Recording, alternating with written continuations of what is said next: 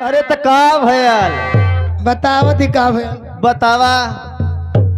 बतावा पंडितो सुनता है हमें का करिए सुन के पंडित बेकाम का मनाई हो। अरे पहली बेरी जबे अरे गईली गवनवा वह पिकअप लेके गए हने।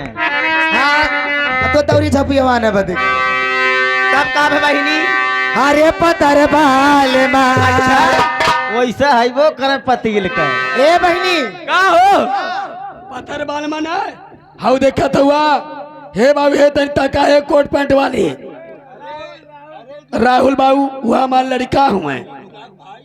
दुल्हा भाई मतलब हमारा लड़का हुए हरे पतर बाल माँ राख पलकन की छैया पतर बाल माँ राख पलकन की छैया पतर बाल माँ हे पतर बाल माँ हो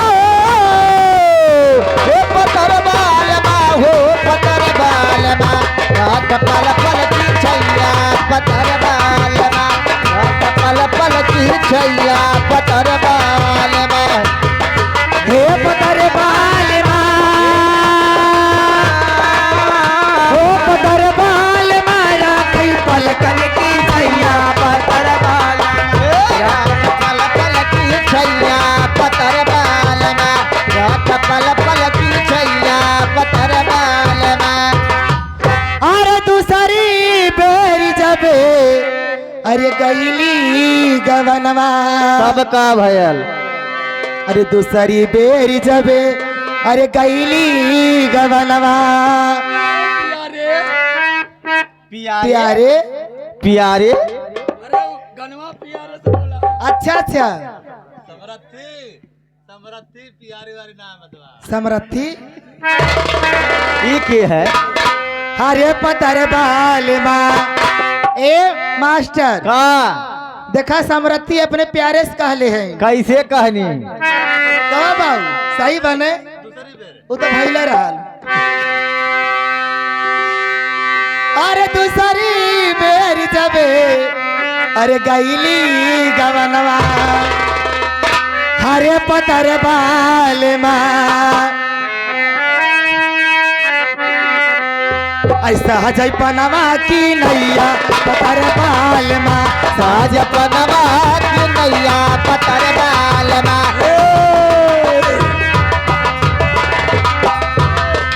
ए परविंद बाबू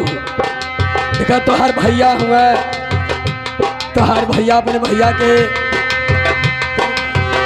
हे पतर बाल माँ हो अरे पतर बाल माँ हो पतर बाल माँ राख पल पल की छैया पतर बाल माँ साज पनवा की नैया पतर बाल माँ साज पनवा की नैया पतर बाल माँ ए बहनी तीसरी दाई का कहनी हो सुना बताओ थी बहनी का भाऊ हम बहिनी ना है। अरे तीसरी बेरी जबे अरे गईली गवनवा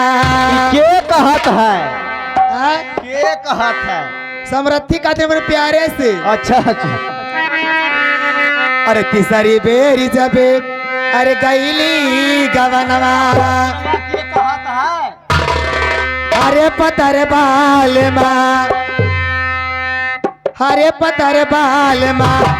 कूच धनमा की नैया पतर धन